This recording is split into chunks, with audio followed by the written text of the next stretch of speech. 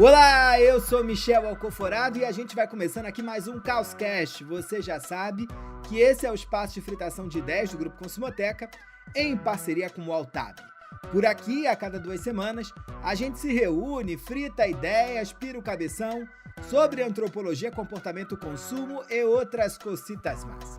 A gente sabe que a forma como as pessoas estão se relacionando vai mudando de tempos em tempos. Você não namora, não transa, não casa, não fica viúva ou termina um relacionamento do mesmo jeito que a vovó e a mamãe faziam. Tudo muda o tempo todo. E um dos aspectos que tem mais chamado a atenção aqui da gente nesse novo movimento é um debate crescente sobre a questão da monogamia. É monogâmico, não é monogâmico? Como é que isso impacta o relacionamento? E por aí vai. Desse jeito, paramos tudo para repensar sobre a monogamia e repensar sobre o que é a monogamia, por que isso é importante, por que era mais importante no passado e agora deixou de ser. Dentro desse movimento todo, você já sabe, eu não faço isso sozinho, faço isso muito bem acompanhado de Marina Roale, que é head de pesquisa do Grupo Consumoteca, Thiago Faria, que sabe tudo, inclusive sobre relacionamentos, e Carmela Moraes, que é Consumer Insight lá no Grupo Consumoteca. Vamos começando aqui falando sobre esse bagulho da monogamia. Não tem como a gente falar de relacionamento sem levar em consideração o vocabulário cultural ou o colchão cultural. Porque a monogamia, ela nada mais é, do que uma construção social baseado na maneira como a gente pensa o nosso relacionar com o outro, pensa amor, pensa sexo e pensa sobre, inclusive, a estrutura da nossa própria perspectiva do que é estar junto com os outros. Isso tem história, hein? Tem um pessoal aí que acredita que a monogamia ela surge a partir dos primeiros passos do funcionamento da sociedade ou do preparo de uma sociedade capitalista, dado que quando você tinha vários relacionamentos ao mesmo tempo, isso complicava a transmissão do patrimônio, complicava a acumulação de riqueza e complicava, inclusive, a maneira como a sociedade capitalista dava seus primeiros passos. Outros acreditam que a monogamia foi um papel importante na formação daquilo que a gente vai chamar de família nuclear, sobretudo depois da disseminação do sífilis pela Europa, séculos XVI e séculos XVII. O Paul Preciado, que é um filósofo super importante, um grande pesquisador nesse debate de gênero, tem um artigo muito interessante mostrando como o sífilis, ou a sífilis, foi importante nessa estruturação daquilo que a gente vai chamar de família nuclear, de monogamia, de fidelidade, que são questões que estão minimamente juntas e misturadas. Marina Roale, você que é milênio, hein? Cresceu entendendo que a gente em algum momento tinha que casar, em algum momento tinha que encontrar, de certa forma ali, a pessoa amada. E entramos depois num debate para tentar desconstruir esse negócio. Você acha que a monogamia é o único jeito possível de se relacionar? Olá, caóticos. Não acho que é o único jeito possível, não, mas certamente fui criada num ambiente que as princesas da Disney, as novelas mexicanas, as campanhas da Barbie e a família tradicional niteroiense me diziam que sim, sabe? De que tinha um único caminho possível aí de se relacionar. Mas ainda bem que a gente sempre pode rever, né? E aprender ali a questionar questões que nos são ditas como naturalizadas. Carmela de Moraes, que entende tudo sobre tudo também, Faz pesquisa sobre jovem, velho, gente mais ou menos, qualquer coisa. Diz pra mim, como é que você vê como os mais jovens estão se relacionando com essa questão da monogamia? É diferente da gente? A gente já ficou velho nisso? Olha, Michel, eu acho que sim, sabe? Eu acho que a galera mais jovem tá encarando aí os relacionamentos de formas cada vez mais diferentes. Eu percebo, assim, observando meus amigos, que tem uma diferença sutil, sabe, entre Zs e milênios. Apesar da pouca diferença de idade, eu tenho a percepção que os milênios, eles ainda estão entrando nessa onda, mas com uma certa dificuldade aí em se definir. Acho que ainda os milênios buscam, de certa forma, uma definição, algum tipo de regra para seguir. E já meus amigos da geração Z, que tem aí seus 20 e pouquinhos anos, eu noto que são mais à vontade para arrancar esses rótulos, né? Tem uma amiga aí que tem um relacionamento estável, mas que ela não consegue chamar o guri de namorado, né? Ela chama de boy, chama de parceiro, chama de tudo que é coisa, menos de namorado, né? Parece que não quer ter esse peso do rótulo no relacionamento. Ela apresenta para a família, mas não diz que é namorado, né? Então, a percepção que eu tenho é que esses jovens aí acabam deixando tudo mais solto, né? Para justamente ter essa liberdade de ir e vir sem se preocupar aí muito com o que os outros pensam. Então, acho que, mesmo sendo aí pouca diferença de idade, os ex estão lidando de uma forma bem diferente do que a gente, millennial. E, Thiago, e você? Se preocupa em dar nome para relacionamento? Você segue algum modelo ou não? Vai levando. Olha, eu ainda sou preso num modelo monogâmico, mas sobre uma perspectiva de se ter um parceiro afetivo central, né? Também rola uma certa confusão nessa discussão. Me parece que ainda que você tenha um relacionamento com aberturas fora do contrato padrão, isso não faz dele necessariamente um relacionamento não monogâmico, né? Então, acho que respondendo diretamente à pergunta, hoje eu tenho um relacionamento monogâmico colorido, com regras menos tradicionais em relação ao exercício do desejo. Mas acho que o ponto é justamente que quem opta por um caminho fora do contrato padrão dificilmente taxa esse modelo, como a Carmela estava falando, né? Porque ele é inevitavelmente fluido, ele tem que ser renegociado o tempo todo com base em contexto, nas contingências emocionais individuais, nas contingências emocionais do casal. Mas o que eu acho, por fim, é que não dá mais para ignorar, e o que por muito tempo a monogamia romântica pregava, é que o outro tem um desejo fora de você também, né? Então acho que esse modelo tá dado, e me parece que tá caindo, não dá mais pra gente se enganar dentro desse lugar, né? Eu aqui vou revelar, né, qual é o meu modelo. Eu acho que monogamia não faz nenhum sentido, mas fui treinado dentro desse vocabulário, e aí não consigo pensar ou me comprometer com outros modelos. Sabe aquele troço que você sabe assim, eu tô fazendo errado, mas é o único jeito que eu sei fazer. Mas, Michel, só no disclaimer aqui, porque eu dei a resposta ali desconstruída, depois se a família tradicional ouve, já vira fofoca aqui em províncias como Niterói. Também só sei operar nesse modelo atualmente, mas total com essa cabeça de que entender que ele não é natural, né? Mas a gente foi tão educado nele que vira um conflito sair dele para muitas pessoas. E a nossa tradição, a carga niteroense que a gente leva nas costas, complica ainda mais a vida. Em Niterói, né, chegou há pouco tempo casamento monogâmico, imagina se a gente vai, se divórcio tem pouco tempo em Niterói, né, como é que vai ser esse negócio de monogamia colorida? Não faz sentido em Niterói mesmo. Mas olha, com séculos de popularidade, a tal da monogamia não é mais o único formato de relacionamento, já tá mais do que claro isso. E um dos indicativos que a gente mais vê é que cada vez mais tem mais gente apostando em novas formas. A gente foi conversar com a Larissa Siriani. É isso mesmo, Larissa Siriani. Ela, além de escritora, já fez um podcast onde ela pensava justamente sobre essas questões em torno do poliamor, da não monogamia, e sabe tudo desse negócio. Eu acho que boa parte da dificuldade das pessoas de entenderem relações não monogâmicas vem da monogamia como instituição e como regra na nossa sociedade. Eu acho que muita gente nunca parou para pensar, para se questionar sobre a raiz, né, da monogamia que elas vivem, sobre as consequências que essa monogamia como regra tem. E para muita gente, a ideia de viver um relacionamento não monogâmico, ela vem com uma série de tabus, principalmente se você é mulher, né? Então a ideia da não monogamia para muita gente tem a ver com sexualidade de uma maneira libertina, tem a ver com a hipersexualização, tem a ver com até mesmo com o sexismo, porque muita gente acredita que a não monogamia ela é uma coisa imposta por homens para mulheres e não uma coisa que possa ser da vontade de mulheres também. Acreditam que a não monogamia ela é um caminho não natural, que tem a ver com falta de compromisso, e nenhuma dessas coisas é verdade. Muito bom essa questão das várias leituras sobre a monogamia, né? Mas olha, é interessante que mesmo diante de tanta mudança, o que permanece são os conflitos humanos. E você sabe que onde tem conflito, onde tem discordância, onde tem diferença, é aí que mora o nosso interesse. Tá mais do que na hora de dar nome aos bois. O boi Nome aos bois.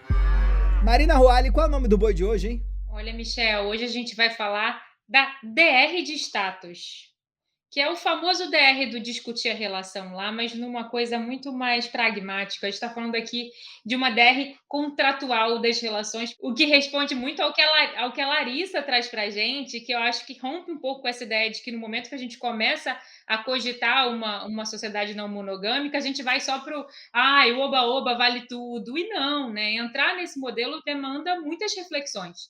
E hoje a gente está vendo aí uma onda de modelos de relacionamento, onde antes do primeiro encontro oficial, antes do primeiro beijo, antes de você fazer qualquer coisa que tiver que fazer ali com o seu contatinho, você vai colocando os pingos nos is ali logo de cara, né? Você já vai dando teus termos e condições para que aquilo aconteça e já dizendo, olha, até que eu vou, até que eu não vou, eu estou disposto a isso, esse é meu momento de vida. Me ajuda aqui. Então é assim, o povo, antes de saber se gosta ou não da pessoa, já vai discutindo que tipo de relacionamento vão ter no futuro?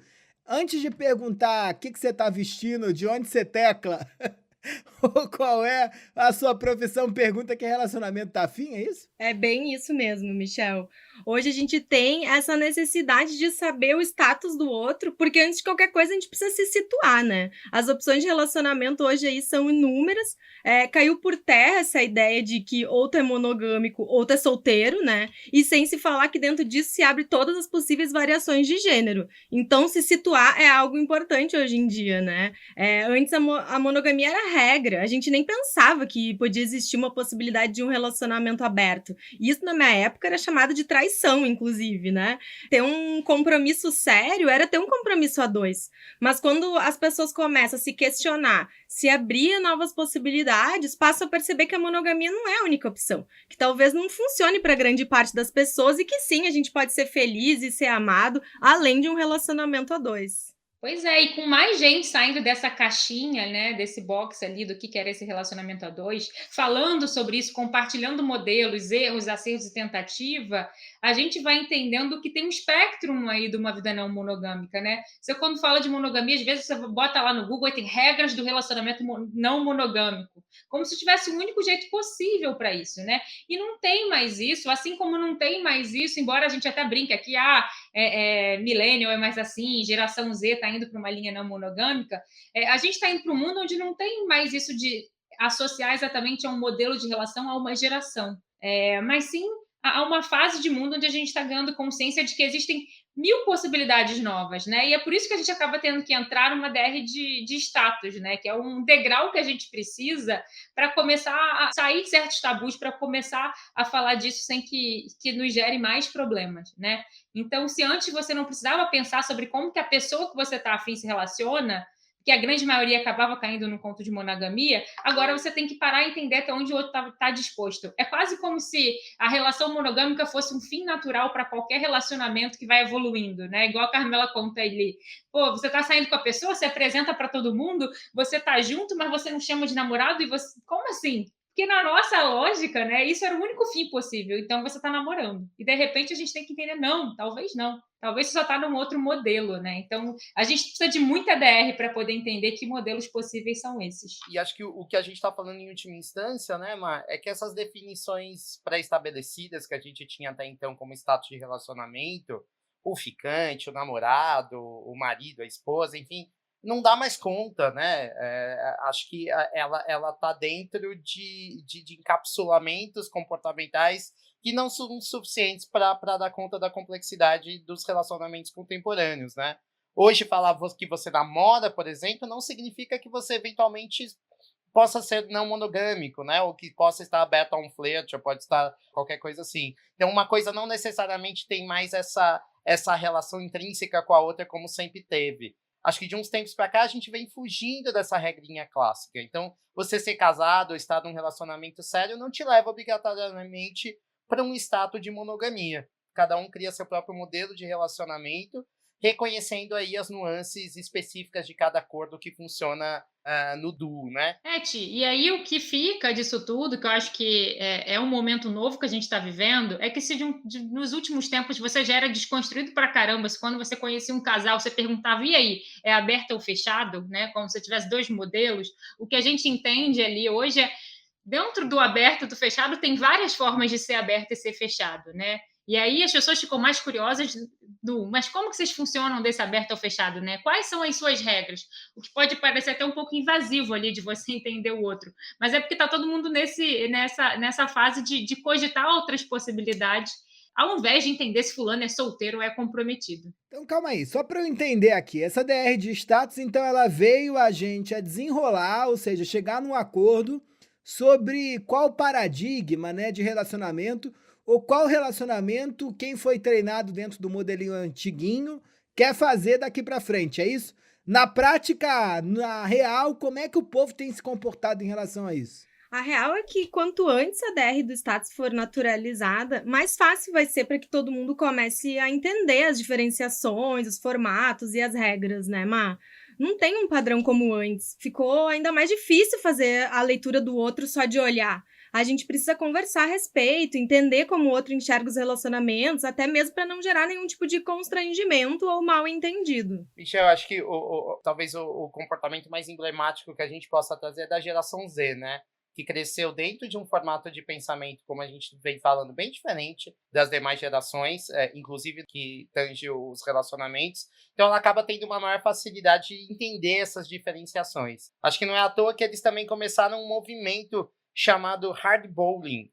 Traduzindo para o português, seria equivalente ao jogar pesado, entre aspas. É uma nova tendência entre os jovens com o objetivo de desfazer a confusão e os mal entendidos que costumam acompanhar a busca de encontros. Então, a ideia central do hard bowling é: seja sincero e explique logo de cara suas intenções e expectativas, antes até do primeiro encontro. Então, vamos combinar o jogo antes de começar a jogar. E isso é muito geração Z, né, Ti? Deixar tudo claro logo de cara para não ter frustrações futuras, né? É uma geração que constantemente procura entender quem são e não tem medo de abrir o jogo, de ser sincero, se expor pro outro.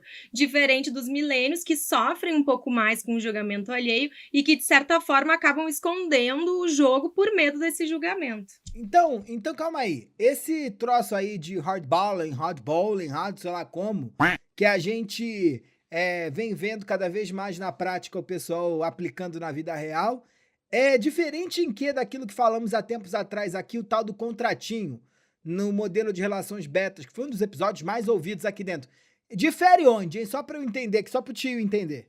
Michel, esse hardballing aí, que cada um fala de um jeito, né? Porque somos desses, é mais uma resposta às tensões criadas por esses contratinhos. E aí, para quem já ouviu a gente nessas outras pesquisas e quer ficar por dentro, contratinhos era justamente esse fenômeno de pessoas que tinham baixa abertura para conversar e para alinhar suas expectativas dentro de um relacionamento. Muito fruto desse mundo livre, dessa alma millennial, onde você tem várias possibilidades de conhecer pessoas, que você vai flertando online, que você conhece ali nos aplicativos como Tinder e todos os outros que vieram na sequência, onde você conhecia o outro, você ia vivenciando, mas era meio que tipo, se eu tô aqui no Tinder, eu topei o jogo de que eu tô conhecendo um monte de gente, você também, e não vamos tocar muito nesse papo, porque não pega bem, sabe? Era quase como que tinha uma ideia que vai matar o romance, sabe? Vai matar a espontaneidade, ou eu virar e querer conversar sobre qual é a nossa situação vai demonstrar uma certa fragilidade, de que eu estou muito afim de você, sabe? Essa coisa do eu não posso cobrar nada do meu crush, mas eu tenho que ir mantendo essa relação vivo.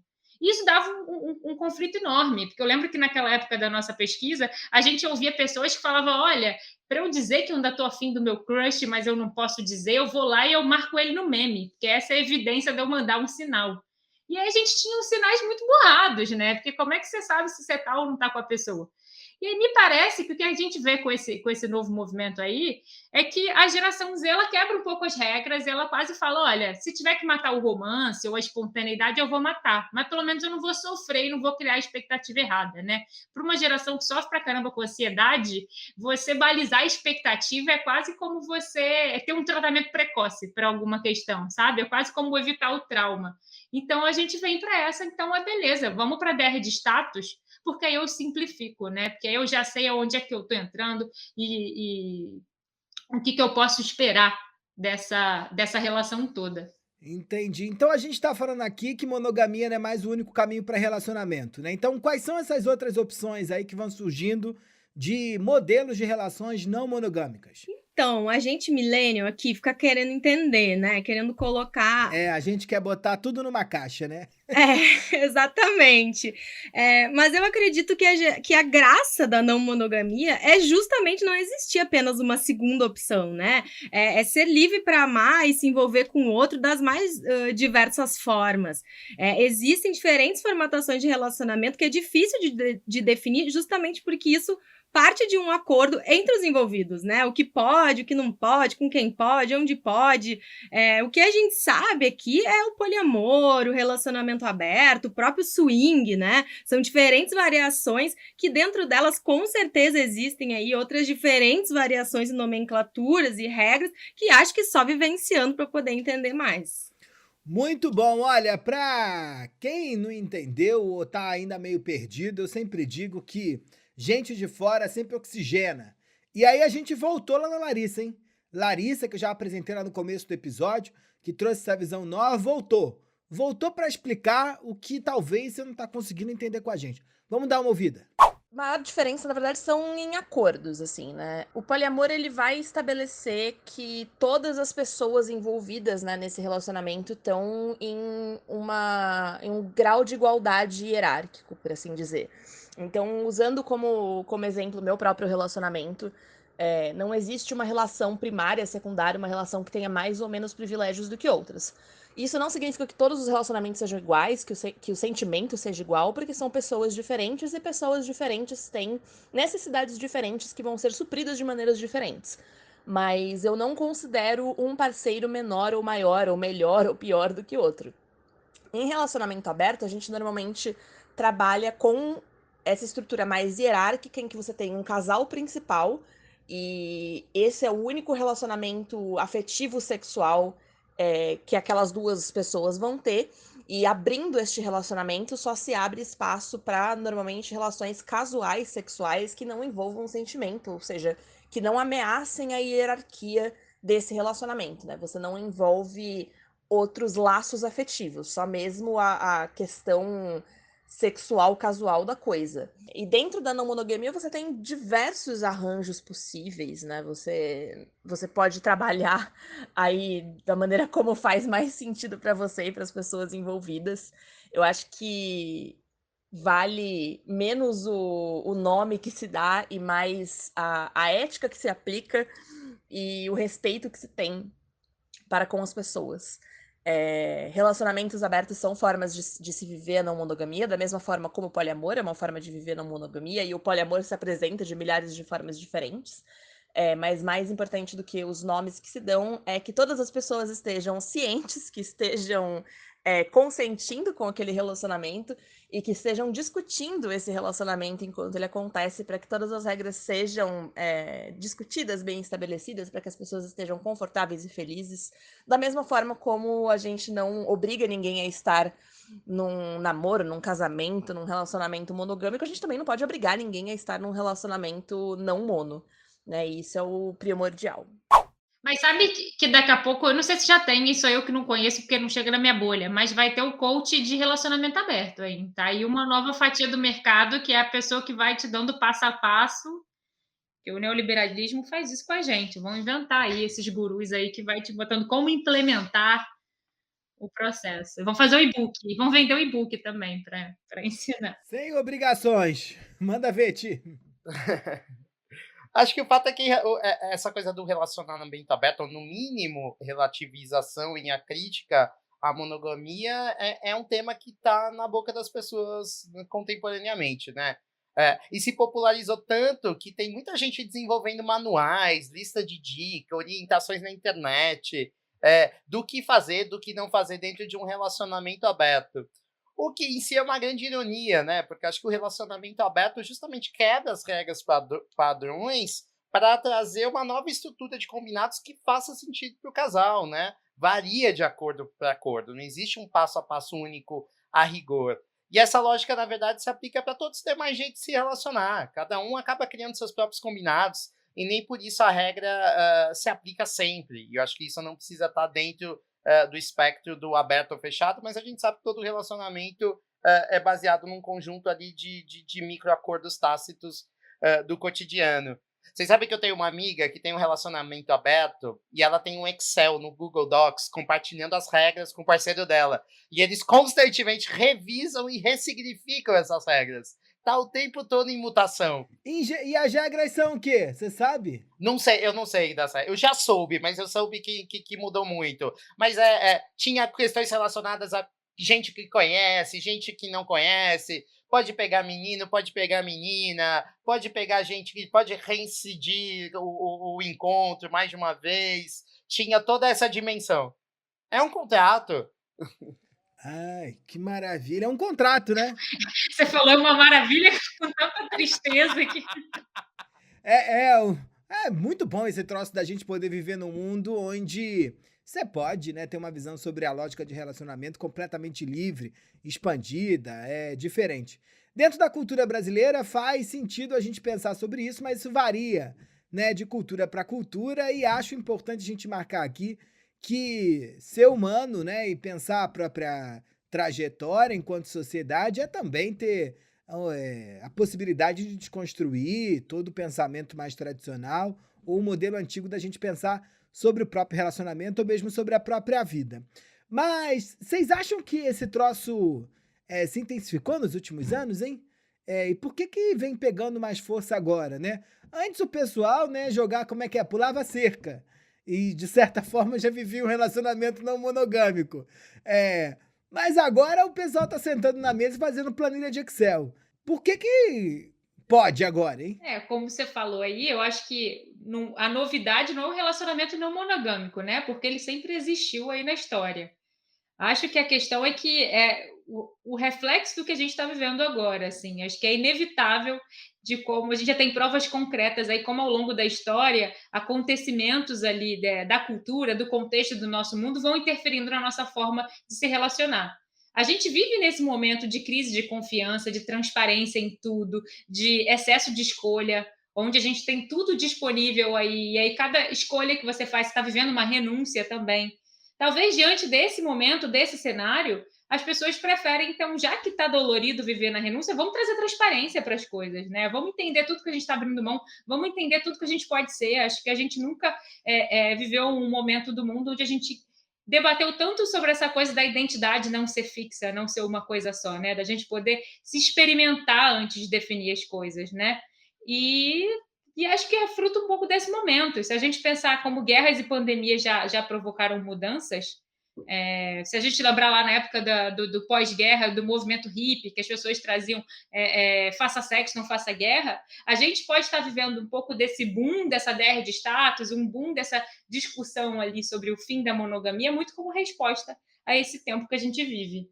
Isso é interessante, né, Má? Porque a gente está justamente saindo de um período histórico muito marcante do ponto de vista comportamental, que é essa reclusão que a gente passou nesses últimos 2 anos, pelo menos, de pandemia de Covid, né? Se relacionar nesse ambiente pandêmico foi um super dilema. Tanto que a gente, aqui no Causcast, inclusive, falou muito sobre isso. Tem alguns episódios falando sobre esse dilema de se relacionar nessa fase, né? Que era como que você conhece alguém que não pode tocar ou que tem receio de tocar. Então, foi um período em que a forma como a gente estava acostumado a se conectar uns com os outros fisicamente mudou de uma maneira muito importante, né? Então, talvez esse boom de falar, experimentar novos modelos de relações, entre eles o não monogâmico, inclusive, veio justamente desse anseio de não sentir mais preso a nada. Acho que a gente estava reconstruindo modelos e possibilidades de se relacionar desde então. Mas aí dentro disso fica muito claro, né, o quanto a ADR do status ela se mostra necessária, né? Porque eu posso viver um relacionamento aberto, vocês aí podem viver também, e as nossas relações serem completamente diferentes, né? Com diferentes limites, com diferentes regras. Então, eu acredito que primordialmente a gente precisa entender o outro, né? Buscar saber o que se passa e o que a pessoa está disposta também para esse relacionamento. Eu acho importante essa abertura para novos relacionamentos, mas a gente não pode esquecer aqui os acordos da planilha de Excel, né? Porque quando você não segue os acordos, isso acaba de algum jeito dando ruim. o crescimento ali de doenças venéreas, sobretudo um surto de AIDS entre pessoas, né, que tinham relacionamentos teoricamente monogâmicos, que entraram em cabeças de não monogâmicos, aquela loucurinha toda tem dado bastante problema. Então, quer viver uma coisa diferente? Senta e conversa. Já falamos aqui, explicamos tudo, já demos os avisos, se proteja, usa camisinha, com relacionamento monogâmico, não monogâmico, poliamor, na casa de swing, o raio que o valha, não tem problema. Se proteja e combine tudo para não dar problema. Vamos aqui chegando ao final desse episódio, você sabe que mesmo depois de tanta discussão, o que a gente faz? A gente joga na roda, né?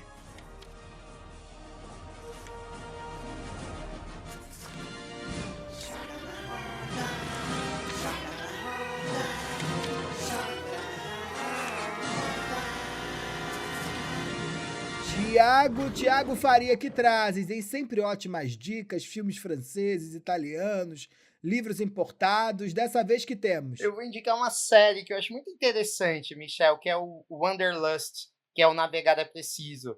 É uma produção inglesa e ela é especialmente interessante porque ela trata de um relacionamento aberto entre pessoas mais maduras, ao contrário da maioria das tramas com essa temática, né? Então, na série, a gente acompanha esse casal, que é pai de 3 filhos. Eles são muito próximos, muito amigos, muito parceiros, mas o apetite sexual ali já não é mais o mesmo dentro da relação. Então, por entenderem que o sexo é importante, eles começam a conversar sobre abrir essa relação. E a série vai acompanhando os erros, os acertos desse casal, tentando viver esse novo acordo e preservar o casamento, inclusive contando para os filhos sobre o novo arranjo e trazendo toda essa temática para a família.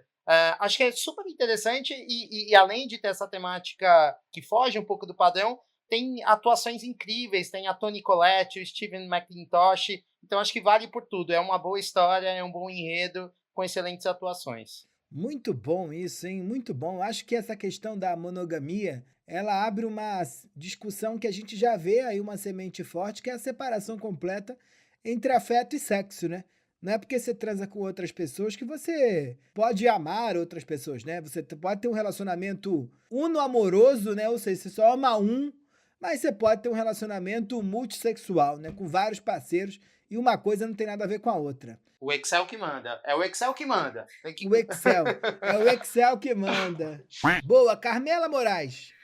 Então, Michel, meu Joga na Roda de hoje é o livro Fica Comigo, de uma escritora nigeriana chamada Ayobami Adebayo. Não tenho certeza se é assim que pronuncia. Mas é um livro muito lindo, que se passa na Nigéria dos anos 80 e conta a história de uma mulher que é casada com um cara que vem de uma família super tradicional da Nigéria e que mantém uma postura bem conservadora, onde a poligamia ali faz parte, né? É totalmente parte daquela cultura, é algo comum, mas apenas para o marido, né? Então é muito interessante assim entender esse outro lugar da poligamia, né? Com esse outro significado social, que é muito diferente do que a gente vem dizendo aqui hoje, né? Então, assim, é uma história super forte, que deixa muito claro o papel das mulheres dentro dessa estrutura familiar, né? Então, cada esposa ali tem um papel diferente, um peso diferente dentro dessa relação e uma imagem diferente também perante a sociedade, né? Então, eles têm lá a primeira esposa, a segunda esposa, a terceira esposa, e cada uma delas ali tem seu papel dentro daquela estrutura, assim como o homem também tem o papel dele, né? E eu acho legal de entender o impacto que esse tipo de relação causa nessas mulheres, né? Como que elas se sentem dentro desse contexto e o quanto o homem assume mais ainda uma posição de superioridade dentro dessa estrutura. Eu amei esse livro, eu li ele agora recentemente e eu achei legal trazer ele aqui hoje justamente porque eu acho interessante a gente também entender como que essas formatações de relacionamento acontecem nas diferentes culturas, onde existe aí um peso do conservadorismo que é justamente o oposto do que a gente está vendo acontecer agora, né? Acho que a gente acaba aí conseguindo ter um olhar mais crítico a tudo isso que a gente vem percebendo. Muito legal, hein? Fiquei com vontade de ler. Esse livro tá bem falado, a beça, né? Essa coisa de repensar relacionamentos a partir de outros contextos culturais. Marina, vou me antecipar a você e vou dar minha dica aqui na esteirinha, no Rabicho, de Carmela Moraes. Eu tenho um livro também que é interessante porque ele está relacionado justamente com cultura e amor, É um livro de uma antropóloga, se eu não me engano, ela é portuguesa. É Josefina Pimenta Lobato. Ela tem esse livro que se chama Antropologia do Amor, do Oriente ao Ocidente. E ela, em 140 páginas, é um livrinho curtinho, vale a pena. Ela faz uma grande pensata, um verdadeiro ensaio sobre a manifestação do amor dentro do Oriente, no Ocidente, e sobretudo sobre a emergência desse negócio que a gente vai chamar que é o amor romântico, que a monogamia é um dos pilares, né? De que você nasce predestinado a amar alguém. E essa pessoa foi pensada nos céus e nas estrelas. Para você tem que aguentar ela pela próxima encarnação, achando sexo maravilhoso, jantar junto maravilhoso, tudo maravilhoso. É difícil, né? Isso não faz sentido, a gente já sabe e já também temos clareza de onde isso dá. Marina Roale, tua dica. Olha, para complementar esse episódio aqui, eu indico um episódio de um podcast da Folha, da Tati Bernardi, que se chama Meu Inconsciente Coletivo.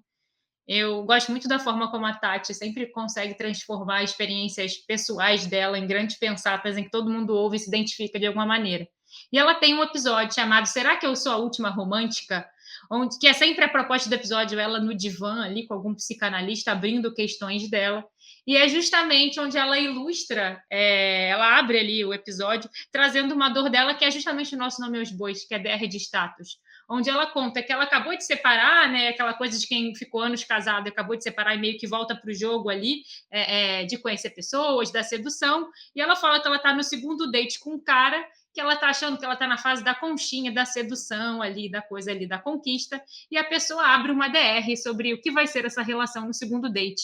E ela fica frustradíssima, né? Querendo entender, mas será que acabou o romance? Será que não é? Eu acho que não sei mais como se relaciona? E vai abrindo uma série de questões bem interessantes, que acho que complementa tudo isso que a gente falou aqui. Muito bom, muito bom. Ó, vamos acabando, hein? Seguimos para o final.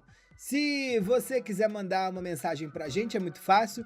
Você pode entrar lá no nosso Instagram, @grupoconsumoteca.com.br. Mentira, não tem nada a ver com isso. É só @grupoconsumoteca. Grupoconsumoteca.com.br é site, o tio aqui errou. Mas você pode mandar lá um DM pra gente, comentando no episódio que a gente vai ler aqui. Mas se você for old fashion, old school, não tem problema, você manda um e-mail. consumoteca@consumoteca.com.br. Saudades de Rebeca de Moraes, que sempre me ajudava com essas informações. Pois bem, olha, vamos seguindo pro final. Nos finalmente, você já sabe, a gente se despede, né? Hoje a gente vai ficando por aqui com mais uma edição do Caoscast. Lembrando que esse podcast maravilhoso é uma produção do Grupo Consumoteca em parceria com o Altab. Do lado de lá, o coreto é organizado, mandado, editado, pensado, maravilhosamente argumentado por Olivia Fraga e por Juliana Carpanês. Do lado de cá, o episódio teve a produção de Marina Roale, Estela Seixas e Fernanda Nascimento. O roteiro, Bruninha Capasso, ela manda e desmanda. E a edição é do gigante Wesley Xavier. Vou aproveitando esses finalmente para agradecer especialmente a Larissa. O @ dela é igual o nome, é fácil. É Larissa Siriane, tudo com S, tá? Então, quando tiver dúvida se é C, se é cedilha, o raio que o parto, S. Manda S, tá bom? Marina, beijo pra você, hein? Beijos caóticos, beijos livres para todos vocês. Carmela Moraes, beijo. Um beijo, Michel, um beijo, caóticos. Até a próxima. Tia, até a próxima. Grande beijo, caóticos. Eu, Michel Alcoforado, vou ficando por aqui também, dando um beijo gigantesco em todos vocês, pedindo que se cuidem. Eu não sei aí qual é a onda, se vocês estão tirando a máscara ou não estão, se estão seguindo o que o governo manda, a consciência, Jesus Cristo, sei lá quem tá mandando, mas de todo modo, se protejam. Até a próxima. Tchau, tchau.